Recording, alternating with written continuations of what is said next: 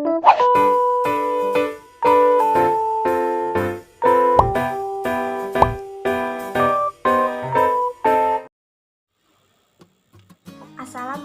warahmatullahi wabarakatuh. Nama saya Ika Fitri Aulia, NIM 290205511, Prodi Akuntansi, dosen Ibu Eti Idayanti MPD. Di sini saya akan menjelaskan tentang konsep dasar kecerdasan buatan. Pengertian. Menurut Hermann Simon 1987, kecerdasan buatan atau artificial intelligence adalah tempat sesuatu penelitian aplikasi dan instruksi yang terkait dengan pemrograman komputer dalam melakukan suatu hal yang menurut pandangan manusia adalah cerdas.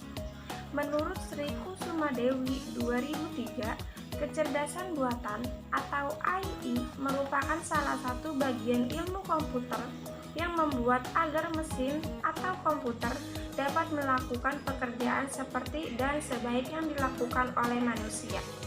Dari definisi di atas, maka dapat ditarik kesimpulan bahwa kecerdasan buatan artificial intelligence adalah suatu ilmu yang mempelajari cara membuat komputer yang di dalamnya terdapat pengetahuan yang diperlukan untuk mengaplikasikannya, sehingga komputer dapat melakukan pekerjaan-pekerjaan yang dilakukan oleh manusia. Definisi kecerdasan buatan dari berbagai sudut pandang. Yang pertama, sudut pandang kecerdasan. Kecerdasan buatan akan membuat mesin menjadi cerdas, mampu berbuat seperti apa yang dilakukan oleh manusia. Yang kedua, sudut pandang penelitian. Kecerdasan buatan adalah studi bagaimana membuat komputer dapat melakukan sesuatu sebaik yang dilakukan manusia. Ketiga, sudut pandang bisnis. Kecerdasan buatan adalah kumpulan peralatan yang sangat powerful dan metodologis dalam menyelesaikan masalah bisnis. Keempat, sudut pandang pemrograman. Kecerdasan buatan meliputi studi tentang pemrograman simbolik, problem solving, dan pencarian atau searching. Ruang keadaan. Definisi. Ruang keadaan adalah sebuah ruang berisi semua informasi yang diperlukan untuk memprediksi dampak dari suatu tindakan dan untuk menentukan apakah itu adalah ruang yang dituju.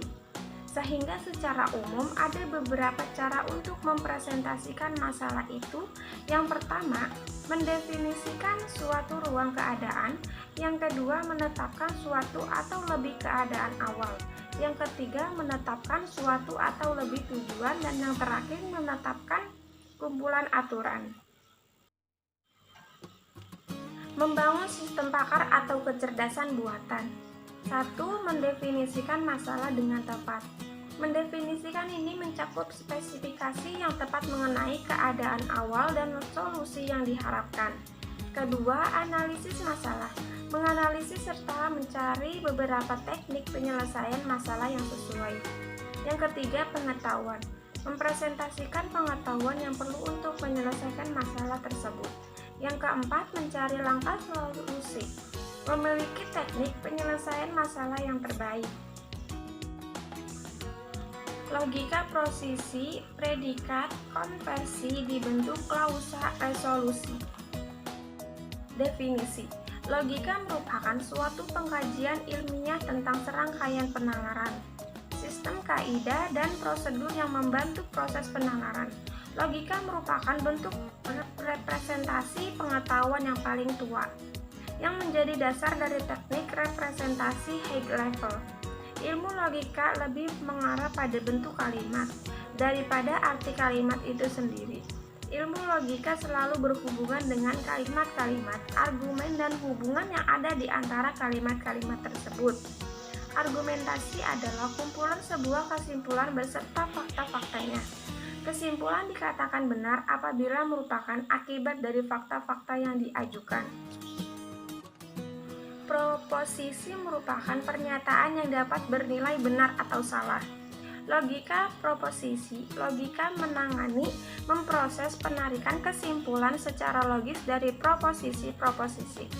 Dua atau lebih proposisi dapat digabungkan dengan menggunakan operator logika. Representasi pengetahuan. Definisi: representasi secara umum, deskripsi denwall ideal, tidak hanya sekedar simbol.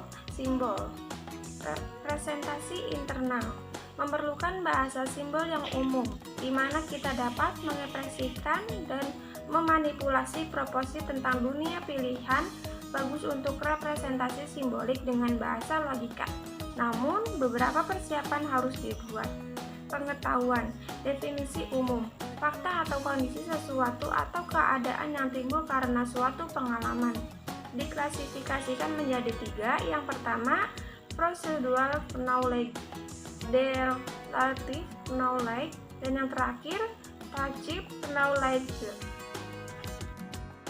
Pencarian dalam ruang keadaan atau pencarian buta.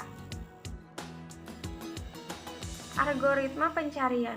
Pencarian adalah sesuatu proses pencari solusi dari suatu permasalahan. Memulai sekumpulan kemungkinan ruang keadaan. Ruangan keadaan merupakan suatu ruangan berisi semua keadaan yang mungkin dari keadaan awal menuju keadaan tujuan. Ruang keadaan ini dapat digambarkan dengan menggunakan algoritma pencarian. Pada umumnya, algoritma pencarian bekerja dengan menyebabkan berbagai kemungkinan keadaan yang mungkin dicapai dari keadaan sekarang. Keadaan dalam proses pencarian bisa disebut dengan istilah simpul, merupakan keadaan tujuan apabila sudah tidak ada lagi simpul yang dikembangkan. Sekian presentasi dari saya, mohon maaf jika masih banyak kesalahan. Wassalamualaikum warahmatullahi wabarakatuh.